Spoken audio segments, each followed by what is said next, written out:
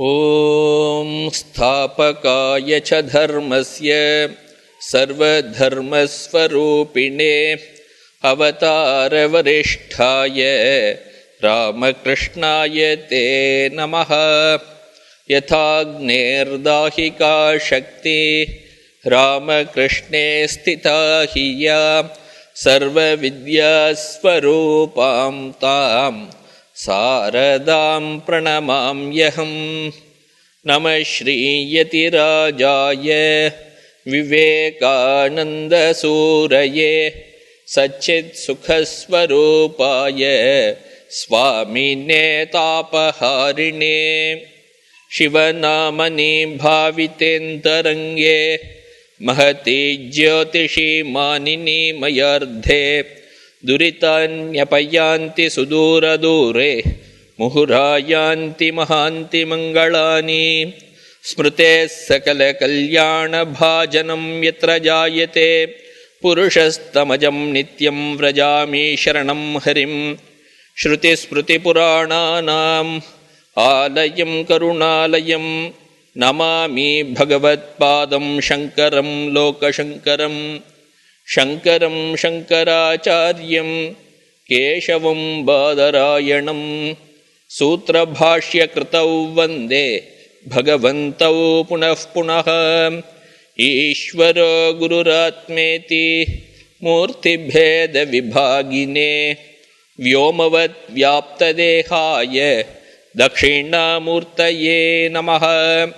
மௌனவ்யாக்யா பிரகட்டித பரபிரம்ம தத்துவம் யுவானம் வர்ஷிஷ்டாந்தே வசத் ருஷிகணைः ஆவృతం பிரம்மனிஷ்டைः ஆச்சார்யேந்திரம் கரகலித சின்முத்ரமானந்தமூர்த்திம் ஸ்வாத்மா ராமம் முதிதவதனம் தக்ஷிணாமூர்த்திமீடே.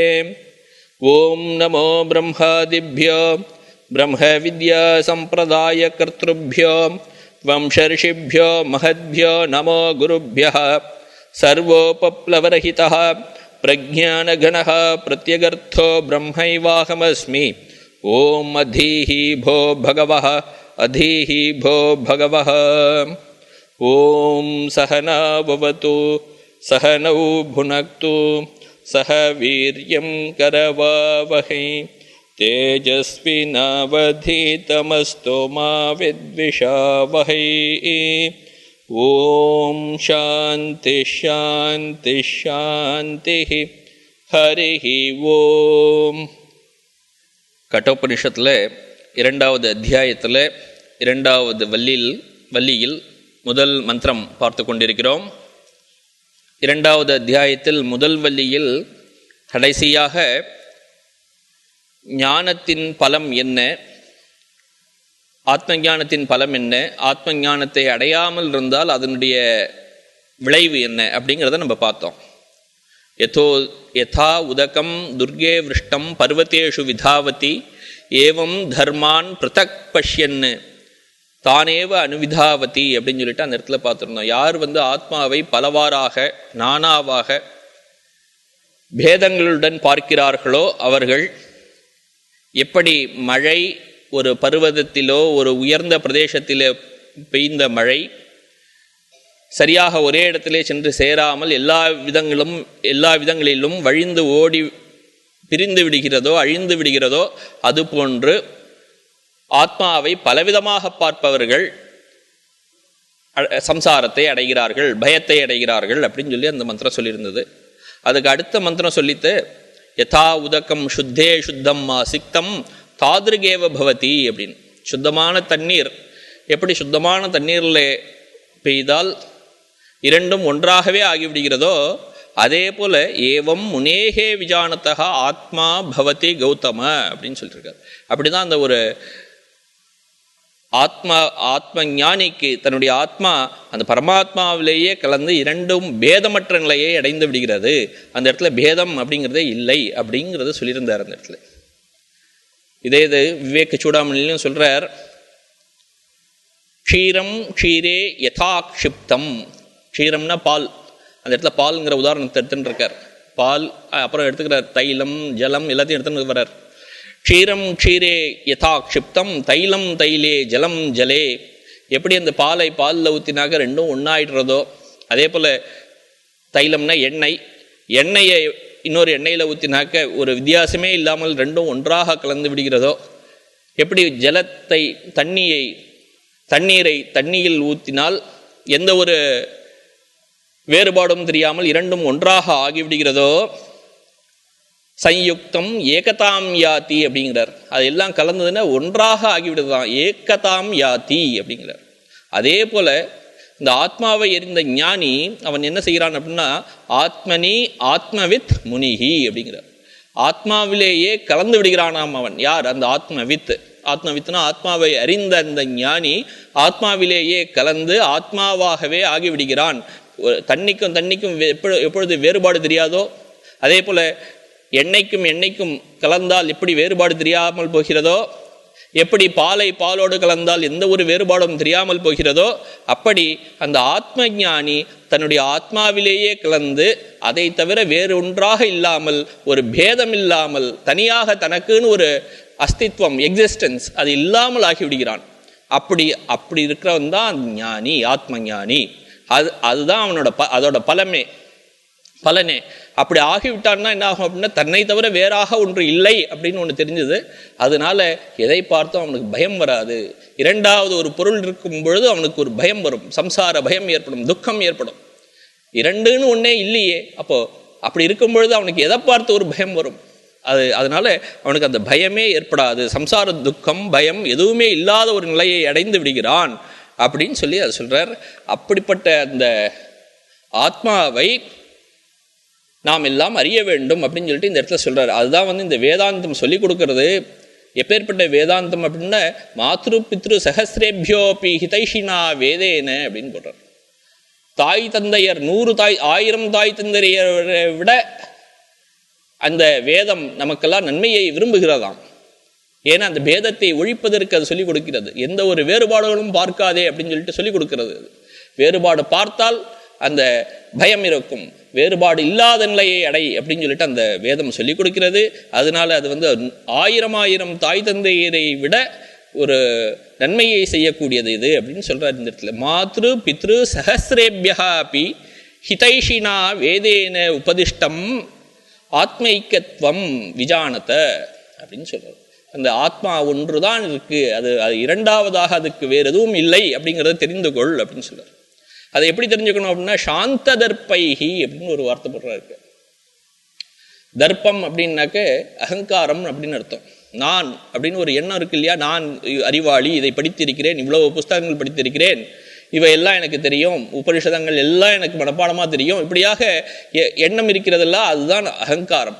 அது போன்ற அகங்காரங்கள் எதுவும் இல்லாமல் சாந்த தர்ப்பைகி, அந்த அகங்காரங்கள்லாம் அழிக்கப்பட்டிருக்க வேண்டுமா? அப்படி இருக்கிறவனால தான் இந்த உபனிஷதத்தை புரிந்து கொள்ள முடியும். நைஷா தர்க்கேன மதிராபனேயான்னு முன்னாடியே சொன்னார் இல்லையா, தர்க்கத்தினால் இந்த ஆத்மாவை அறிந்து கொள்ள முடியாது அப்படின்னு முன்னாடியே சொல்லியிருக்கு. அதனால சாந்த தர்ப்பைகி ஆதரணீயம் இத்தியர்த்தா அப்படின்னு சொல்றார். அந்த அகங்காரங்கள் எதுவும் இல்லாமல் இந்த ஆத்மா ஒன்றுதான் இருக்கிறது அப்படின்னு அறிந்து கொள் அப்படின்னு சொல்லிட்டு சொல்லி முடிக்கிறார். அதுக்கப்புறம் தான் இந்த 2வது வள்ளி ஆரம்பிக்கிறது. 2வது அத்தியாயத்தில் இந்த மந்திரமும் நம்ம பார்த்து விட்டோம்.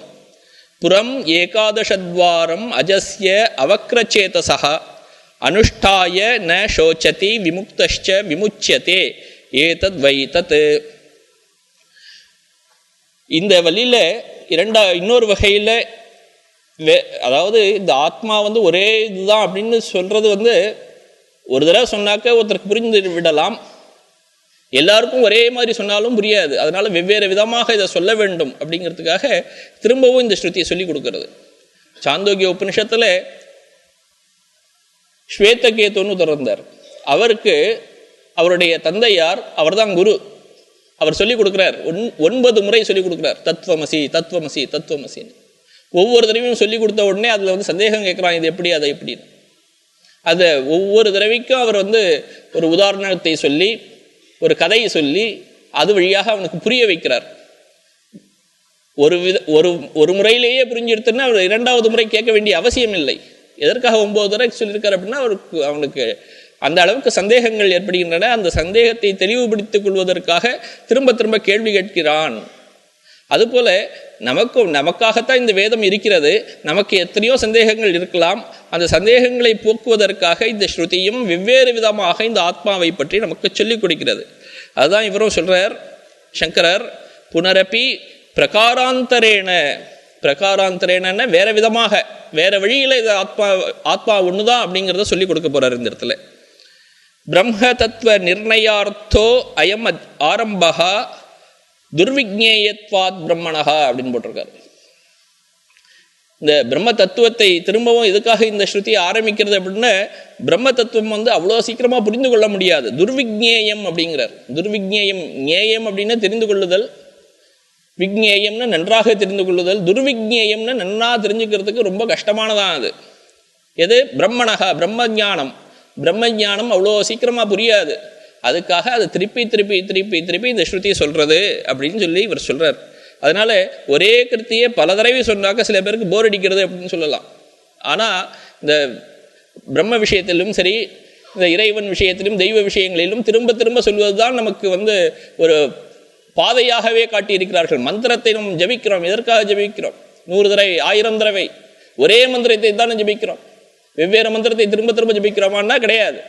ஆக ஒரே மந்திரத்தையே ஒரே வழியில திரும்ப திரும்ப திரும்ப திரும்ப சொல்லுவதுதான் இந்த ஸ்ருதியின் தாத்பரியம். பிரம்மசூத்திரத்திலையும் இதை பத்தி சொல்லும் பொழுது ஆவருத்திகி அசக்ருத்து அப்படின்னு சொல்லிட்டு சொல்றாரு. அவர் அசக்ருத் அப்படின்னாக்க பல முறைன்னு அர்த்தம். சக்ருத்துன்னா ஒரு தடவை, அசக்ருத் அப்படின்னா பல முறை திருப்பி திருப்பி இதெல்லாம் இந்த பிரம்மத்தை பற்றி பேசப்பட்டிருக்கிறதே, ஏன் ஒரே தடவையிலேயே சொல்லலையே அப்படின்னாக்க அது அந்த அதிகாரியோட தகுதியை பொறுத்து இருக்கிறது. கேட்பவனுடைய சீடனுடைய தகுதியை பொறுத்து இருக்கிறது. ஒரு சில சீடர்கள் ஒரு தடவை சொன்னாலே உடனே பிடித்துக் கொள்வார்கள். மற்ற சீடர்கள் அவர்களுக்காகவும் இந்த வேதம் சொல்லிக் கொடுக்க வேண்டுமே, அதற்காகத்தான் இப்படி வருகிறது அப்படின்னு சொல்லி அந்த இடத்த சொல்லியிருக்கார். ஆக இந்த வள்ளியில் திரும்ப அதே பிரம்மத்தை பற்றி வேறு விதமாக உபனிஷதம் கூறுகிறது. அது எப்படி கூறுறதுன்னு பார்ப்போம். புறம் ஏகாதசத்வாரம் அஜஸ்ய அவக்ரச்சேதசா அனுஷ்டாய ந சோச்சதி விமுக்தஸ்ச விமுச்சதே. புறம் அப்படின்னாக்க நகரம் அப்படின்னு அர்த்தம். நமது உடலை ஒரு நகரம் போன்று ஒரு உவமானமாக உவமை சொல்கிறார் இந்த இடத்துல. ஒரு நகரம் அப்படின்னாக்க 4 விதமான ரோடு, அந்த வழி இருக்கும். இந்த வழியிலே வடக்கிலிருந்து நுழைவாயில், தெற்கிலிருந்து நுழைவாயில், மேற்கிலிருந்து கிழக்கிலிருந்து, இப்படியாக எல்லா விதங்களில் எல்லா திசைகளிலிருந்தும் நுழைவாயில் இருக்கும் நகரத்திற்கு. அப்புறம் ஒரு மாளிகை இருக்கும், அதில் அரசன் இருப்பான், இப்படியாக பல இது இருக்கும். இந்த உடலுக்கும் இந்த உடல் ஏகாதசத்வாரம் அப்படிங்கிறார். இந்த உடலுக்கு 11 துவாரங்கள் இருக்கின்றன, வழிகள் இருக்கின்றன. 11 வழிகள் கொண்ட நகரம் இது அப்படின்னு சொல்லிட்டு இந்த இடத்துல சொல்லி கொடுக்கிறார். அந்த நகரத்திலே யார் இருக்கிறார் அப்படின்னா, அதுக்கு ஒரு ராஜா இருக்காராம். ராஜா நகரத்தை விட வேறானவன். நகரத்திற்கும் ராஜாவுக்கும் சம்பந்தமே கிடையாது. ராஜா இல்லாமல் இருந்தாலும் நகரம் இருக்கும், நகரம் இல்லாமல் ராஜா இருக்கலாம். இப்படியாக நகரம் வேறு, ராஜா வேறு. அதுபோல இந்த உடல் வேறு, உடலில் இருக்கும் முறையும் அந்த ராஜாவான ஆத்மா வேறு அப்படின்னு சொல்லிட்டு இந்த இடத்துல சொல்லி கொடுக்கிறது. இந்த இடத்துல புறம் ஏகாதசத்வாரம், அந்த ஆத்மாவை தான் இந்த இடத்துல அஜஸ்ய அப்படின்னு போட்டார். அஜஹா அப்படின்னா பிறப்பற்றதுன்னு அர்த்தம். ஆத்மாவுக்கு தானே பிறப்பற்றது. இந்த உடலுக்கு எப்பொழுதும் பிறப்பு உண்டு அல்லவா? அதனால இந்த பிறப்பு உடைய இந்த உடலில் பிறப்பற்ற இந்த ஆத்மா உரைகிறது அப்படின்னு அர்த்தம். இந்த இடத்துல பின்னாடி ஒரு மந்திரத்துல வரப்போறது, நித்யோ நித்யானாம் சேத்தனச்சேத்தனானாம் ஏகோ பகூனாம் யோ விததாதி காமான் அப்படின்னு வரப்போறது. அந்த இடத்துல அனித்தியமான இந்த ஒரு உடலில் உரைகின்ற நித்தியமான ஒரு பொருள் எதுவோ அதுதான் அந்த ஆத்மா. அதுபோல இந்த அனித்தியமான பிறப்பு இறப்பு இதெல்லாம் உண்டான இந்த உடலில் பிறப்பற்ற இறப்பற்ற எந்த ஒரு விகாரங்களும் மற்றதான ஆத்மா உறைந்து கொண்டிருக்கிறது. அந்த ஆத்மாவுக்காக இந்த உடல் உருவாக்கப்பட்டிருக்கிறது அப்படின்னு சொல்றாரு இந்த இடத்துல.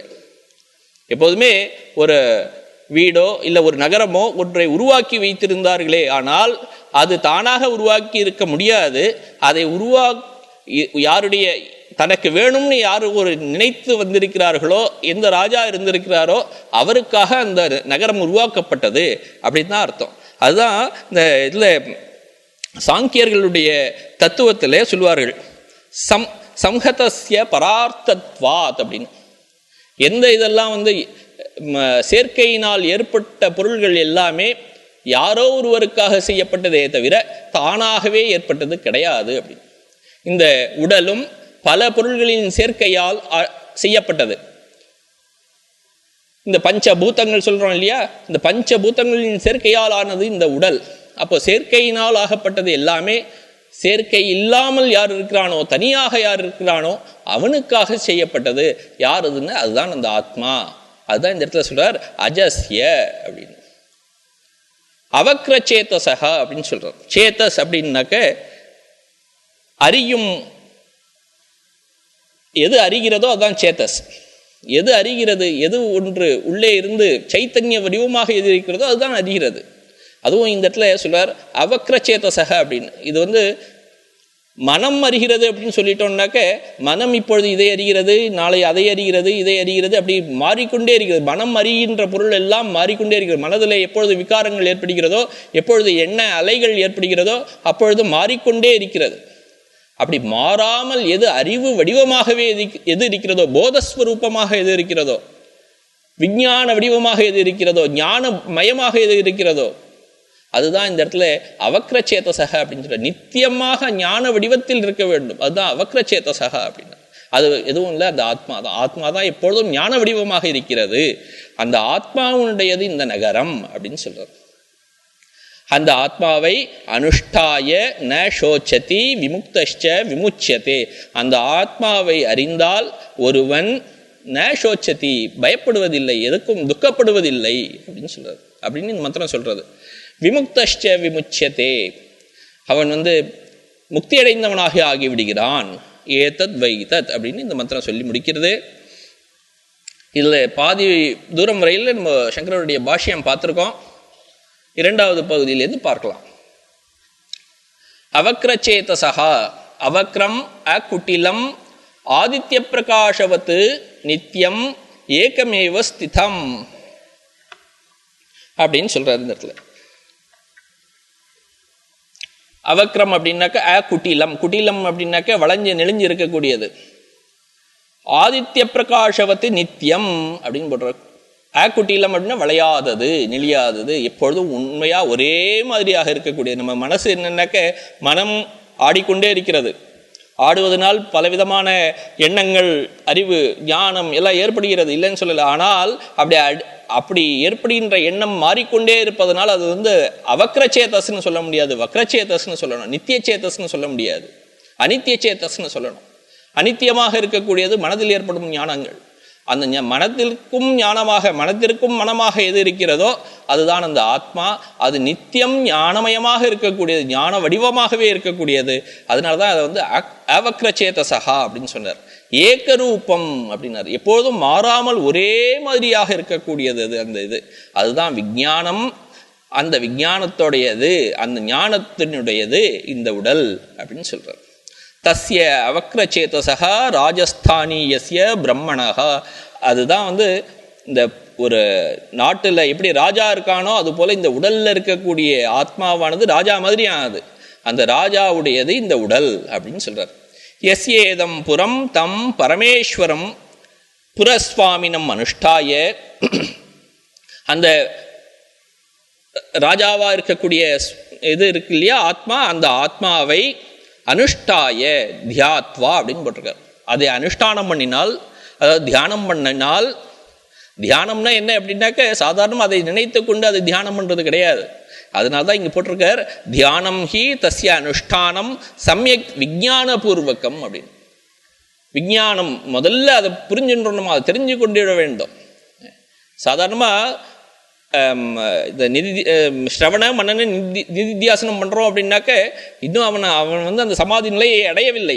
அவனுக்கு அந்த அபரோக்ஷ ஞானம் கிடைக்கவில்லை. அவனுக்கு அபரோக்ஷ ஞானம் கிடைக்கிறதுக்கு முன்னாடி தான் அவன் ஸ்ரவணம், மனனம், நிதித்தியாசனம் இதெல்லாம் பண்ண வேண்டியது.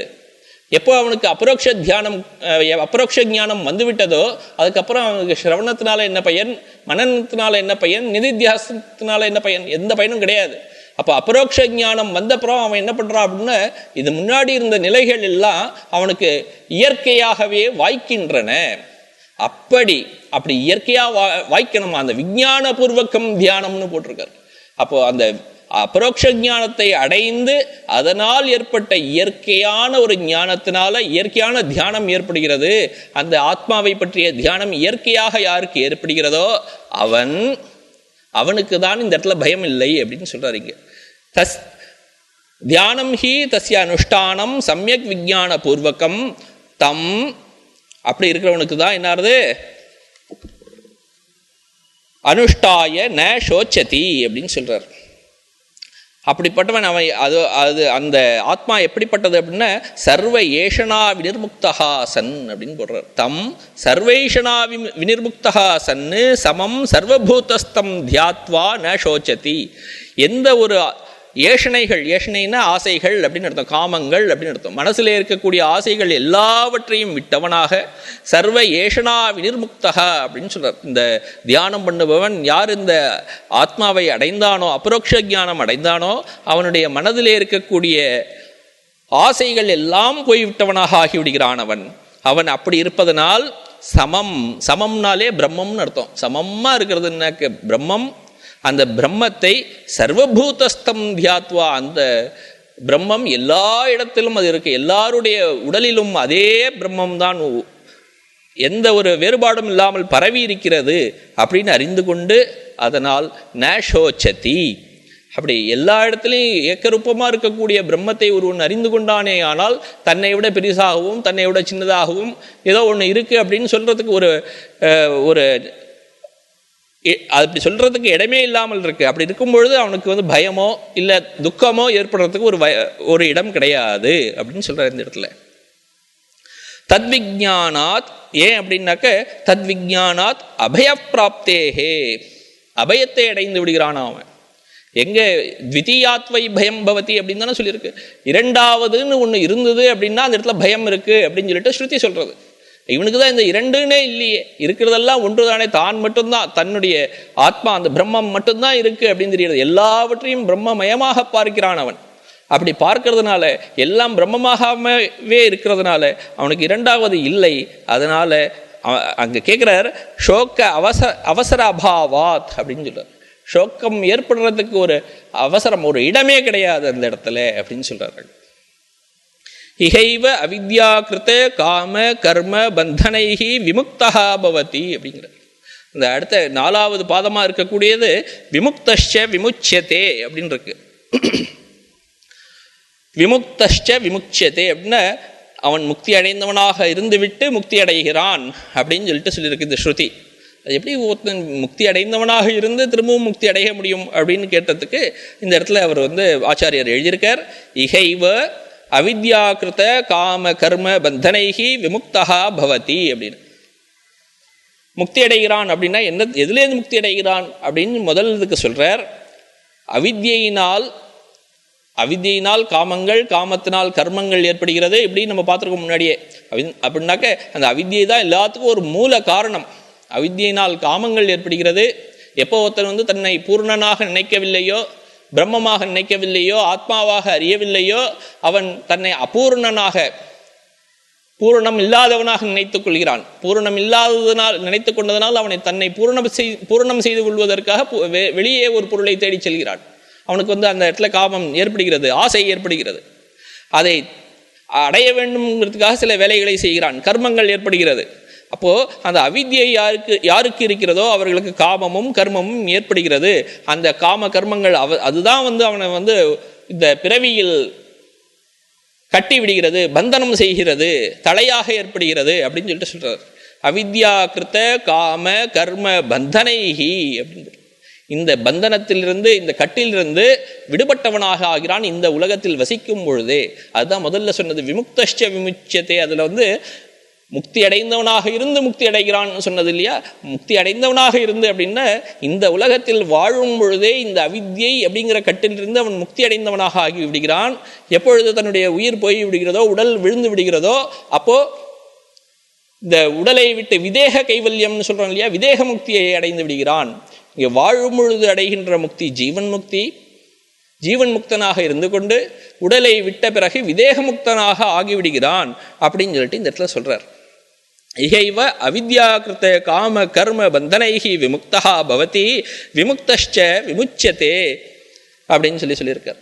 அது எப்படி, அது என்ன அவித்யாகிருத்த காம கர்ம பந்தனம்னா என்ன அர்த்தம் அப்படின்னா, இந்த அவித்யை தான் ஒரு மனிதனை தன்னை ஆத்மாவாக பிரம்மமாக நினைக்க விடாமல் செய்து கொண்டிருக்கிறது. அது அவித்யை.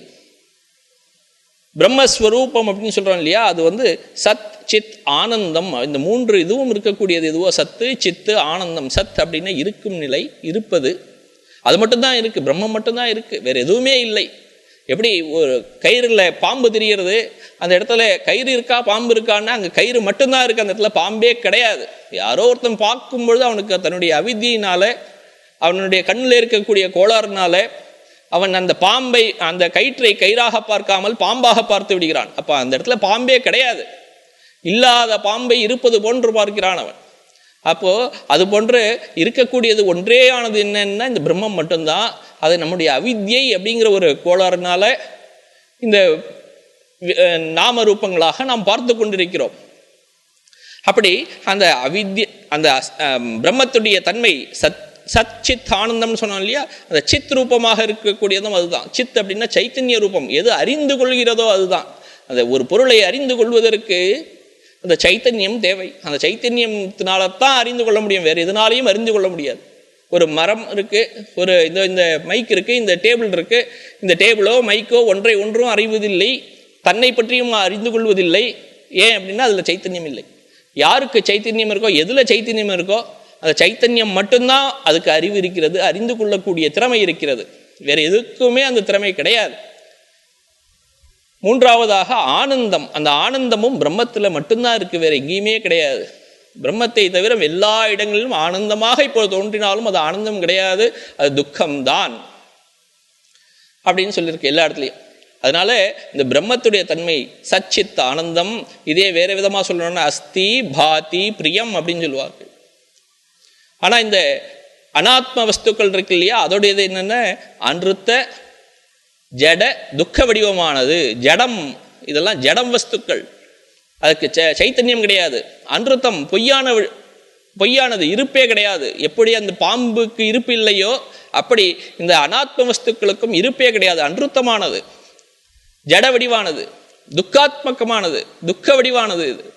இந்த அன்றுத்த ஜட துக்க வடிவமாக இருக்கக்கூடிய இந்த அனாத்மாவை ஆத்மாவில் நாம் ஏற்றி வைத்துக் கொள்கிறோமே, அதுதான் அவித்யை. எது சத்தியமோ சத்வஸ்துவாக எது இருக்கோ அதிலே அசத்தியமான வஸ்துவை ஏற்றி வைக்கிறோம். எந்த வஸ்து சைத்தன்யமாக இருக்கிறதோ அந்த சைத்தன்யத்தில் ஜடத்தை ஏற்றி வைத்து விடுகிறோம். எந்த வஸ்து ஆனந்தமாக இருக்கிறதோ அந்த ஆனந்தத்திலே துக்கமான ஒரு வஸ்துவை ஏற்றி வைத்து விடுகிறோம். இதுதான் அவித்யை அப்படின்னு பேர். இந்த அவித்யை தான் இந்த வேலையை செய்யறது. அன்றுத்த ஜட துக்க வஸ்துக்கள் சச்சிதானந்த வடிவத்திலே ஏற்றி வைக்கப்படுகின்றன. அதுதான் அவித்யை. அந்த அவித்யை, அதாவது ஒரு இப்போ உதாரணத்துக்கு சொல்லணும்னா, இந்த உடல் ஒருவனை கேட்டால் எங்க இருக்கும் அப்படின்னா, ஒரு எந்த இடத்துல இருக்கு அப்படின்னு, இந்த அறையில இருக்கும் அப்படின்னு சொல்றோம். நான் இந்த அறையில் இருக்கிறேன் அப்படின்னு சொல்லும்பொழுது, நான் அப்படிங்கிறது பிரம்மத்தை குறிக்கிறது. ஆனால் அறையில் இருக்கிறேன் அப்படின்னு நான் சொன்ன உடனே ஏதோ இந்த அறைக்குள்ள மட்டும்தான் இந்த பிரம்மம் இருக்கா மாதிரி நான் ஆகிவிட்டது. உடலை நினைத்து கொண்டு பிரம்மத்திற்கு ஒரு எல்லையை வரையறுக்கிறோம். ஆக எங்கும் நிறைந்த அந்த பிரம்மத்திற்கு நான் எல்லா இடத்திலும் இருக்கிறேன் அப்படின்னு சொல்லாமல் இந்த அறையில் இருக்கிறேன் அப்படின்னு சொல்லிட்டு ஒரு வரையறையை ஏற்படுத்தி விடுகிறோம். இப்படி இதே போன்று நான், எனக்கு இது தெரிகிறது அப்படின்னு சொல்றோம். இங்கே எனக்கு புஸ்தகம் இருக்கிறது, என் முன்னால் புஸ்தகம் இருக்கிறது என்பதை நான் அறிகிறேன் அப்படின்னு சொல்லும் பொழுது, இந்த புஸ்தகத்தை நான் அறிகிறேன் எப்படி தெரிகிறது அப்படின்னா கண்ணால பார்க்கிறேன் சொல்றோம். அப்போ அந்த கண்ணினால் கண்கிறது பஞ்ச பௌத்திகமானது, இது பஞ்சபூதங்களினால் செய்யப்பட்டது. இதனால் அறிந்து கொள்கிறேன் அப்படின்னு சொல்றோம் இல்லையா.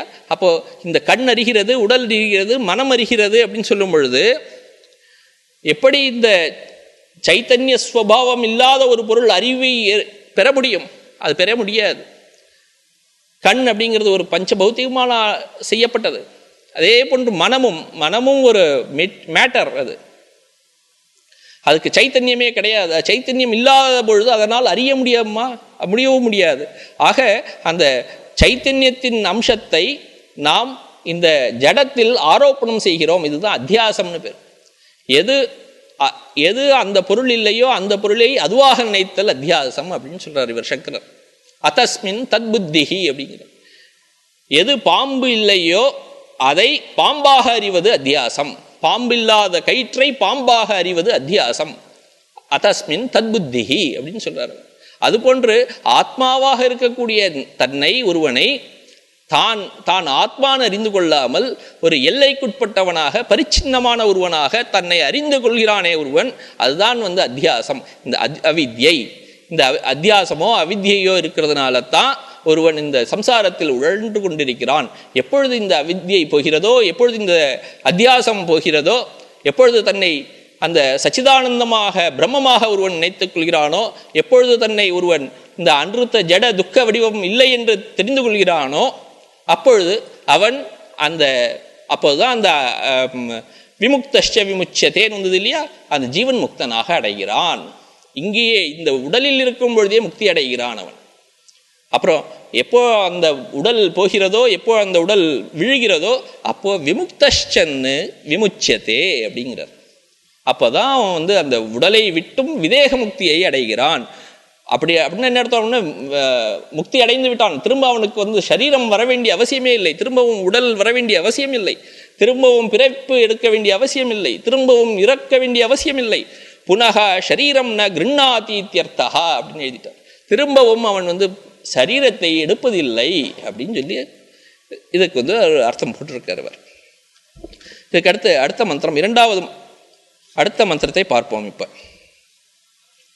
ஹம்சஹ சுச்சிஷத் வசுஹு அந்தரிக்ஷசத் ஹோதா வேதிஷத் அதிதிஹி துரோணசத் ரிஷத் வரசத் ரிதசத் வியோமசத் அப்ஜா கோஜா ரிதஜா அத்ரிஜா ரிதம் பிருஹத். இப்போ இந்த முதல் மந்திரத்துல இந்த ஆத்மாங்கிறது ஒவ்வொருத்தருக்குள்ளேயும் இருக்கு அப்படின்னு சொல்லியிருந்தோம். இந்த ஒருவன் அப்படின்னு சொல்லும் பொழுதே அதை ஒரு நகரமாக சொன்னோம். அந்த நகரத்திலே இருக்கக்கூடியது இந்த ஆத்மான்னு சொல்லப்பட்டது. அப்போ அந்த ஆத்மா ஒருவனுக்குள்ளே இருக்கா அப்படின்னு ஒரு கேள்வி கேட்டுட்டு அதுக்கே பதில் சொல்ற மாதிரி சொல்லி இந்த ஒரு மந்திரத்தை இந்த இடத்துல சொல்றார்.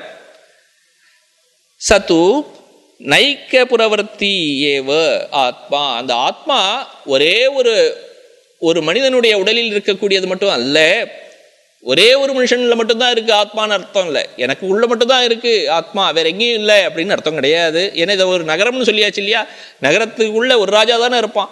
அப்போ அந்த ராஜா இங்க ஒரு நகரத்துல தானே இருக்கான் அப்படின்னு சொல்லிட்டு இங்க மட்டும்தான் இருக்கான், வேற எங்கேயும் இல்லை அப்படின்னு நினைச்சுக்க கூடாது அப்படிங்கிறதுக்காக சொல்றாரு இங்க. நைக்க புரவர்த்தி ஏவ ஆத்மா கிம் தர்ஹி சர்வ புரவர்த்தி அப்படிங்கிற. எல்லா நகரங்களிலும் எல்லா புறங்களிலும் இருக்கக்கூடியவன் அந்த ஆத்மா அப்படிங்கிற. எல்லாருடைய இதயத்திலும் இருக்கிறான் ஆத்மா அப்படின்னு சொல்றாரு இந்த இடத்துல.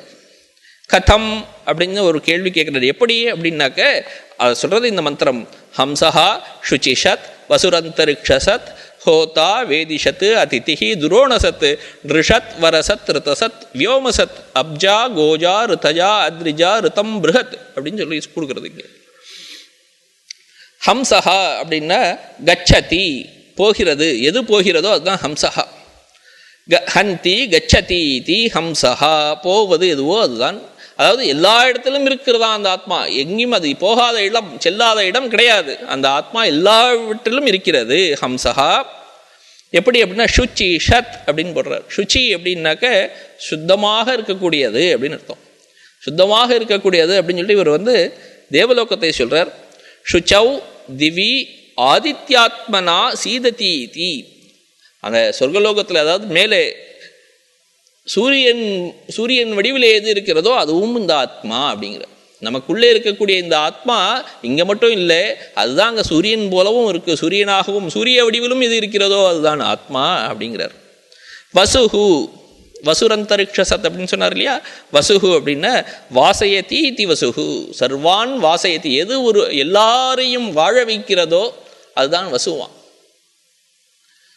எது வாழ வைக்கிறது அப்படின்னா காற்று, வாயு. வாயு எல்லாரையும் வாழ வைக்கிறது. அதனால் அது வாயுவாத்மனா, வாயு வடிவிலும் காற்று வடிவிலும் எது இருக்கிறதோ அது ஆத்மா. அதாவது அது இல்லாத பொருளே கிடையாது அப்படிங்கிறார். சூரியனாக இருக்கிறது எதுவோ அதுவும் ஆத்மா, வாயுவாக எது தெரிகிறதோ அதுவும் ஆத்மா. வாயுவாத்மனா அந்தரிக்ஷே சீததி இதி அந்தரிக்ஷ சத். அந்தரிக்ஷம் அப்படின்னா இங்கே மேலே இருக்கக்கூடியது. பூமி அப்படின்னா பூமியில் தரையில், அந்தரிக்ஷம்னா தரையை விட்ட மேலே. அந்த அந்தர்னா நடுவிலே அர்த்தம். நடுவில் எது இருக்கோ அதுதான் அது. அந்த வாயு எங்கே இருக்குன்னா நடுவில் இருக்குது. அந்த அந்தரிக்ஷ சத் அப்படிங்கிற அந்த வாயுவாத்மனா சீதத்தி எது ததப்பி ஆத்மா. எது இந்த வாயு போன்று காற்றாக எது இருக்கிறதோ அதுவும் அந்த ஆத்மா தான். ஹோதா அப்படின்றார். ஹோதா அப்படின்னாக்க யார் ஆகுதி கொடுக்குறானோ அவன் ஹோதா, யார் ஆகுதியை வாங்கிக்கிறானோ அதுவும் ஹோதா அப்படின்னு சொல்றது இந்த மந்திரம். யார் ஆகுதியை வாங்கிக்கிறான், இந்த இதில் யாகங்கள் செய்யும் பொழுது யார் ஆகுதியை வாங்கிக் கொள்கிறார்கள் அப்படின்னா அந்த நெருப்பு வாங்கிக்கிறது. ஹோதாவை அக்னிஹி அப்படின்னு சொல்றார். அக்னி தான் அந்த ஹோதாவாம், அந்த ஆகுதியை வாங்கி கொள்கிறது. அந்த அக்னியாக எது இருக்கிறதோ அதுவும் ஆத்மா. அதாவது இது எல்லாத்தையும் சொல்லிட்டு வர்ற பஞ்சபூதங்களாக இருக்கக்கூடியது எல்லாமே ஆத்மா அப்படின்னு சொல்றாரு. ஆத்மான்னு ஒண்ணுதான் இருக்கு, அது பஞ்சபூதங்களாகவும் உங்களுக்கு தெரிகிறது அப்படின்னு சொல்லிட்டே வர்றாருங்க. ஹோதா அக்னிஹி அக்னிர்வை ஹோதா இதி ஸ்ருதேஹே வேத்யாம் பிருத்திவியாம் சீததி இதி வேதிஷத். வேதிஷத் அப்படின்னு சொல்லியிருக்காரு. வேதி அப்படின்னா தரை, பூமி. பூமி அதாவது அந்த யஜ்ய குண்டங்கள்லாம் வைக்கிறாங்க இல்லையா, அதுக்கு பேர் வேதின்னு பேர். எந்த இடத்துல தரையில் வைக்கிறார்களோ அந்த தரைக்கு பேர் வேதின்னு பேர். இந்த இடத்துல பொதுவாக எல்லா தரையுமே எடுத்துக்கணும். அந்த இடத்துல பிருத்திவியாம் சீததி இதி வேதிஷத். அந்த பிருத்திவி பூமியிலேயும் இருக்கு. பிருத்திவி ஆத்மனா எது இருக்கோ, தரையாக எது தோன்றுகிறதோ, மண்ணாக எது தோன்றுகிறதோ அதுவும் அந்த ஆத்மா.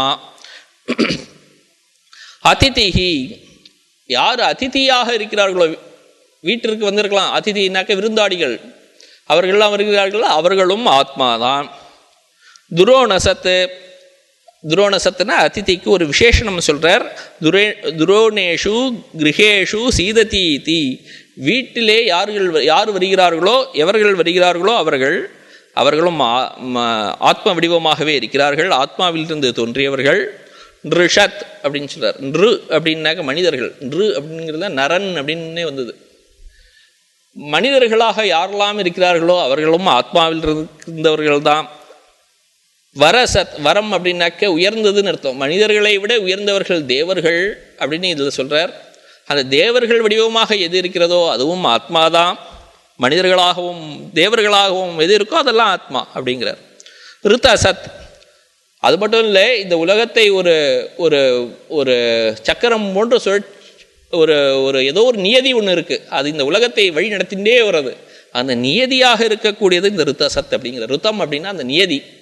எப்படி ஒரு சுழற்சி நடந்துகிட்டே இருக்கு எப்போதுமே. ஒரு விதை போட்டால் அதுலேருந்து ஒரு மரம் வர்றது, மரத்துலேருந்து பூக்கிறது, காய்க்கிறது, திரும்பவும் அதுலேருந்து விதை வர்றது. இதே போல் ஒரு பெரிய ஒரு சுழற்சி நடந்துகிட்டே இருக்குது. இது ஒரு சின்ன ஒரு மரத்துக்கு மட்டும் இல்லை.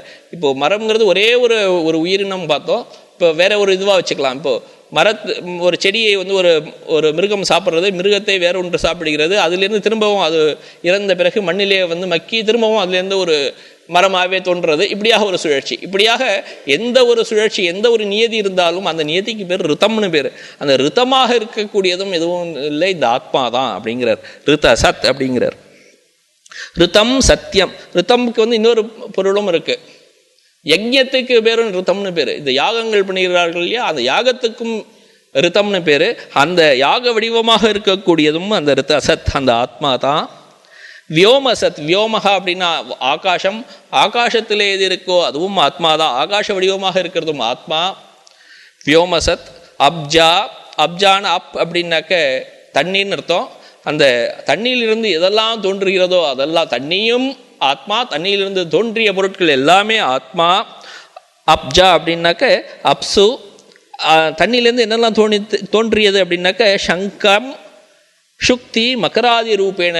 சங்கு, அப்புறம் கிளிஞ்சல், அப்புறம் இந்த மகரம் அப்படின்னாக்க இந்த ஆமை இது போன்ற பொருட்கள்லாம் தோன்றது இல்லையா, அதெல்லாம் கூட ஆத்மாவாக தான் இருக்குது. ஆமை அப்படின்னு சொன்ன உடனே என்னாச்சு அப்படின்னா மற்ற எல்லா பொருளையும் எடுத்துக்கணும், அதுலேருந்து முதலை எல்லாத்தையும் எடுத்துக்கணும். மீன் எல்லாமே இந்த ஆத்மா வடிவத்தில் தான் இருக்குது அப்படின்னு எடுத்துக்கணும்.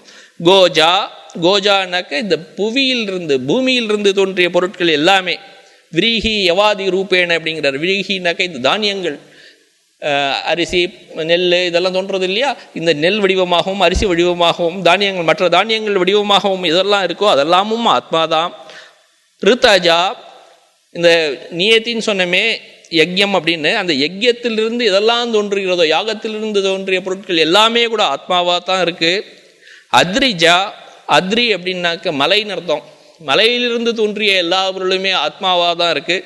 மலையிலிருந்து என்ன தோன்றியது அப்படின்னா நதியாதி ரூபேனன்னு போட்டார். நதி போன்று எதெல்லாம் தோன்றி வருகிறதோ, மலையிலிருந்து தான் நதி தோன்றுகிறது, அதனால் நதியாக இதெல்லாம் தோன்றியதோ அதெல்லாமும் கூட ஆத்மாதான். இப்படி சில உதாரணங்கள்லாம் கொடுத்துருக்கார். உதாரணம் எப்போதுமே ஒரு எக்ஸாஸ்டிவாக எல்லாத்தையும் கலெக்ட் பண்ணி இது அத்தனையும் சொல்லிட முடியாது. அதனால சில உதாரணங்களை கொடுத்துட்டு இப்போ இந்த இடத்துல சொல்கிறார், சர்வாத்மா பி சன்னு ரித்தம் அப்படின்னு. அத்ரிஜா ரித்தம் பிருகத் அப்படின்னு சொல்லிட்டு இந்த மந்திரம் சொல்லியிருக்கு. இந்த ஆத்மா சர்வாத்மா அப்பி அப்படின்னு சொல்லிருக்க, இந்த ஆத்மா தான் எல்லாத்துக்கும் ஆத்மாவாக இருந்தாலும் ரித்தம் அவிததஸ்வபாவ ஏவ அப்படின்னு போட்டிருக்கு. அவிதத்தம் அப்படின்னா மாறாத நிலைத்த வடிவாக இருக்கக்கூடிய ஸ்வபாவம் உடையது.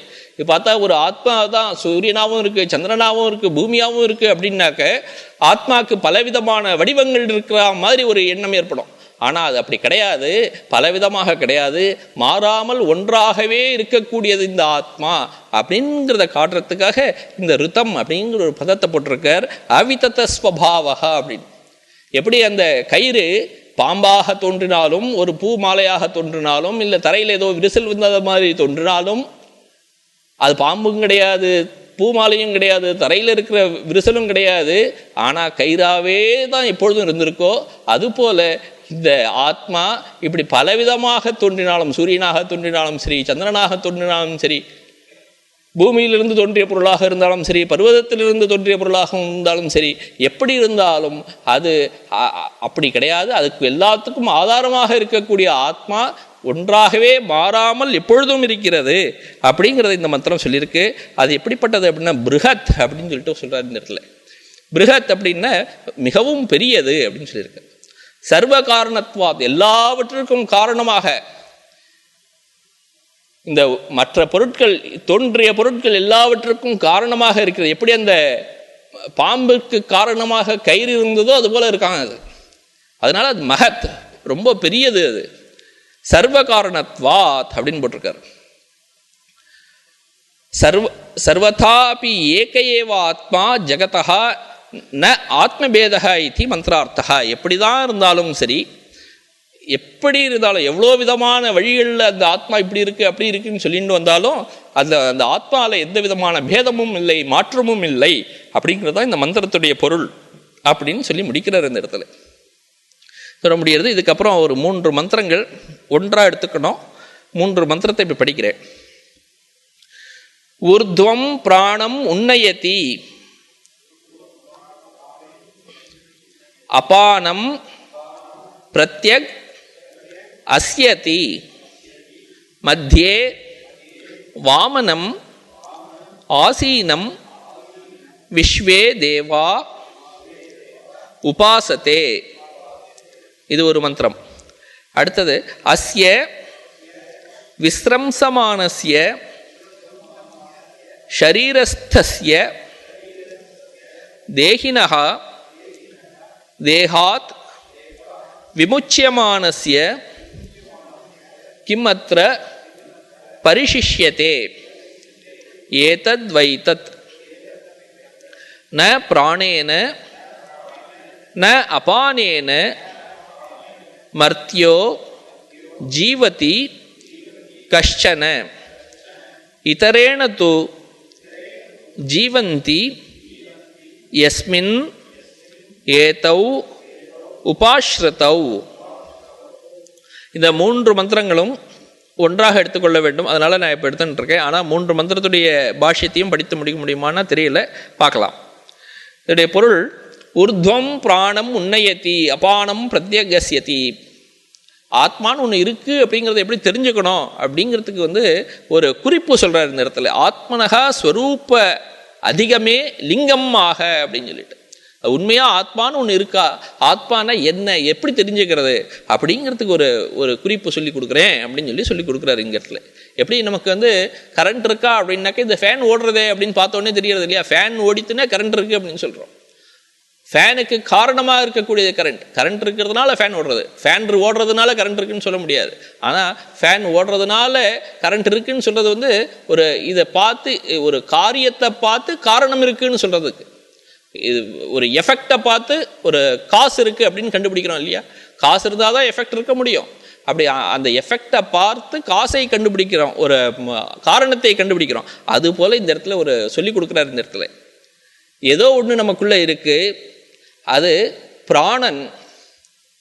பிராணவாயுவை நம்ம சுவாசிக்க வைக்கிறது, பிராணனை இழுக்க வைக்கிறது. உள்ளே ஏதோ ஒன்று இருக்கு, அது நமக்குள்ள இருந்துட்டு அந்த பிராணவாயுவை திரும்ப வெளியே வைக்கிறது. நம்ம மூச்சை இழுக்கிறோம், மூச்சை விடுகிறோம். இப்படியாக மூச்சை இழுப்பதும் விடுவதும் ஒரு எஃபெக்ட். இது ஒரு காரியம்.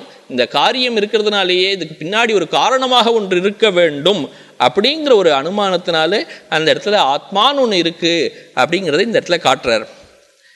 அப்போ அந்த எது இந்த மூச்சை இழுக்க வைக்கிறதோ, எது நம்ம மூச்சை வெளிவிட வைக்கிறதோ அந்த ஆத்மா இருக்கு இல்லையா, அந்த ஆத்மா எங்கேயும் இல்லை, சரீரத்துக்குள்ள மத்தியில் இருக்கிறது. ஏன்னா அந்த இடத்துல தத்திர உபலபியமானத்வாத்தின் முன்னாடியே ஒரு இடத்துல சொல்லியிருக்காரு, நம்ம தியானம் பண்ணா சரீரத்துக்கு மத்தியில் இந்த இதயத்தில் அதை காண கிடைக்கிறது அப்படின்னு சொல்றாரு. மத்தியே வாமனம் ஆசீனம் அப்படிங்கிறார். வாமனம் அப்படின்னு அதுதான் இருந்துட்டு எல்லாவற்றையும் இயக்கிறதுனால அதுதான் வணங்கப்பட வேண்டியது அப்படிங்கிறார். அது உள்ளே உட்கார்ந்துன்னு இருக்கிறது, அதை விஸ்வே தேவா உபாசத்தே, எல்லா தேவர்களும் உபாசிக்கிறார்கள் அப்படிங்கிறது. தேவர்கள் அப்படின்னா ஏதோ இந்திரனோ சந்திரனோ அப்படின்னு நம்ம சொல்ல வேண்டாம். தேவர்கள் அப்படிங்கிறது ஒரு சாதாரண வைக்கப்பட்ட பெயர் கிடையாது, அது ஒரு காரண பெயர். எப்படி ஒரு நாற்காலி அப்படின்னு சொல்லும்பொழுது அது 4 கால்களை உடையது நாற்காலின்னு சொல்கிறோமோ, அதுபோல் தேவர்கள் அப்படின்னாக்க திவ்யதேதி தேவர்கள், தியோத்தநாத் தேவாகா அப்படின்னு சொல்லுவார்கள். தியோத்தநாத்னா ஒரு வெளிச்சம் கொடுக்கறது. தேவர்களுக்கு ஒளிமயமான ஒரு உடல் இருக்கிறதுனால தான் அவர்களுக்கு தேவர்கள்னு பேர். ஒரு ஒளியை கொடுக்கிறது, ஒரு ஞானத்தை எது கொடுக்கிறதோ அதுதான் தேவர்கள். நம்மளை பொறுத்தவர்களும் எது நமக்கு ஞானத்தை கொடுக்கிறது அப்படின்னா இந்திரியங்கள் ஞானத்தை கொடுக்கின்றன. நமக்கு கண் இந்த இடத்துல டார்க்காலி இருக்குன்னு சொல்றது, காது இந்த இடத்துல ஒரு சத்தத்தை கேட்க வைக்கிறது, மூக்கு இந்த இடத்துல ஒரு நறுமணத்தை நுகர வைக்கிறது. இப்படியாக ஒரு அறிவையும் நமக்கு கொடுக்கிறது இந்த இந்திரியங்கள். அதனால இந்த இந்திரியங்கள் தான் தேவர்கள் அப்படின்னு சொல்லிட்டு வேதாந்தத்தில் பிரசித்தியாக தேவர்கள் அப்படின்னாக்க இந்த இந்திரியங்கள், இந்த காரணத்தினால தான் அது. இந்த தேவர்கள், இந்த இந்திரியங்கள் இந்த ஆத்மாவை உபாசனை செய்கின்றன. உபாசனைன்னு அப்படின்னாக்க ஒரு ராஜாவை பார்க்கும் பொழுது அந்த ஊர் மக்கள்லாம் என்ன பண்ணுவார்கள் அப்படின்னா தங்கள்கிட்ட இருந்து இருக்கக்கூடிய பொருட்கள், பழங்கள் இதெல்லாம் எடுத்துன்னு போய் பார்க்கிறார்கள் இல்லையா. அதுபோல இந்த இந்திரியங்களும் கண்ணால் பார்க்கப்படுகின்ற இந்த நாற்காலி இருக்கு, அந்த நாற்காலியை ஆத்மாட்ட கொண்டு போய் சேர்க்கிறதா காட்டுகிறது. காதால் கேட்கக்கூடிய இந்த சத்தத்தை ஆத்மாவில் கொண்டு சேர்க்கிறது. இப்படியாக ஒவ்வொரு இந்திரியங்களும் தன்னுடைய விஷயங்களை எடுத்து சென்று ஆத்மாவிலே அர்ப்பணம் செய்கின்றது. அதுதான் அந்த இடத்துல உபாசனைன்னு பேரு. மத்தியே வாமனம் ஆசீனம் விஸ்வே தேவா உபாசத்தே அப்படின்னு சொல்லியிருக்கார். அஸ்ய விஸ்ரம்சமானஸ்ய ஷரீரஸ்தஸ்ய தேகினஹா தேகாத் விமுச்சியமானஸ்ய கிமத்ர பரிசிஷ்யத்தே அப்படின்னு சொல்லியிருக்கார். இப்படி இந்த தேவர்கள்லாம் கொண்டு கொடுக்கறதே அந்த ஆத்மாவை தாண்டி உடல்ல இருக்கக்கூடிய தேகின்னு போட்டிருக்கிற இந்த இடத்துல தேகினஹா அப்படின்னு, தேகம் அப்படின்னா உடல், தேகி அப்படின்னா உடல்ல உரைபவனுக்கு பெயர் தேகி. அந்த ஆத்மாவை குறிக்கிறது தேகிங்கிற வார்த்தை. அந்த தேகிக்கு உடல்லே உரையக்கூடிய இந்த ஆத்மாவுக்கு அதை தவிர தேகாத் விமுச்சியமானஸ்ய, தேகத்தை விட்டு வெளியே எப்போனா போகக்கூடியவன் அவன். கிமத்திர பரிசிஷ்யத்தை, அவனை தாண்டி வேறு ஏதாவது இருக்கான்னா வேறு எதுவும் கிடையாது, அவன் தான் இருக்கக்கூடியது. முன்னாடியே கூட பார்த்துருக்கோம். இந்த இன்னைக்கும் கிடையாது, நாளைக்கு இன்னைக்கும் இருக்கக்கூடியவன் அவன் மட்டும்தான், நாளைக்கும் இருக்கக்கூடியவன் அவன் மட்டும்தான், எப்பொழுதும் இருக்கக்கூடியவன் அவன் மட்டும்தான் அப்படின்னு சொல்லிட்டு அந்த இடத்துல பார்த்துருக்கோம். அதே போல இந்த தேகத்தை தாண்டி இந்த இருக்கக்கூடிய இந்த ஆத்மாவை தாண்டி வேறு எதுவுமே கிடையாது. கிமத்திர பரிசிஷ்யத்தே ஏதத் வைத்தத் அப்படின்னு சொல்லி அந்த 2வது மந்திரம் இருக்கு. ந பிராணேன ந அபானேன மர்த்தியோ ஜீவதி கஷ்டன. பிராணனாலையும் அபானத்தினாலையும், மூச்சை இழுக்கிறதுனாலேயோ இல்லை விடுறதுனாலேயோ ஒரு மனிதன் வாழ்வதில்லை. இதரேன து ஜீவதி. இப்போ ஒருவன் உயிரோடு இருக்கானா இல்லையா அப்படின்னாக்க அதை பார்க்கறது நம்ம மூக்கில் வச்சு பார்க்குறோம், மூச்சு விடுறானா இல்லையா அப்படின்னு. ஆனால் மூச்சு விடுறதுனால அவன் உயிரோடு இருக்கான்னு சொல்ல முடியாது, உயிரோடு இருக்கிறதுனால தான் அவன் மூச்சு விடுறான் அப்படின்னு இந்த மந்திரம் சொல்கிறது. ந பிராணேன ந அபானேன மர்த்தியோ ஜீவதி கஷ்டன. ஏன்னா அதுதான் காஸ், இது எஃபெக்ட். மூச்சு விடுறது எஃபெக்ட், ஒரு காரியம். காரியத்துக்கு முன்னாடி அந்த காரணம் இருந்தாக வேண்டும். அந்த காரணமாக இருக்கக்கூடியது அந்த ஆத்மா. அந்த ஆத்மா இருக்கிறதுனால தான் அந்த இதரேனத்து ஜீவந்தி அப்படின்னு போட்டிருக்காரு. அந்த இந்த பிராணனாலையும் அபானத்தினாலையும் ஒரு மனிதன் வாழவில்லை, வேற ஒன்றினால் அந்த ஆத்மாவால் தான் அவன் வாழ்கிறான். எஸ்மின் ஏத்தோ உபாஸ்ரதோ. அந்த ஆத்மா இருக்கிறதுனால தான் இந்த பிராணனும் அபானனும் இருந்து கொண்டிருக்கின்றன அப்படின்னு சொல்லியிருக்கார். இதுதான் இந்த 3 மந்திரத்துடைய பொருள். இதனுடைய பாஷ்யத்தை அடுத்த வகுப்பிலே பார்ப்போம். ஓம் சாந்தி ஷாந்தி ஷாந்தி. ஹரிஹி ஓம் தத் சத். ஸ்ரீராமகிருஷ்ணார்ப்பணமஸ்து.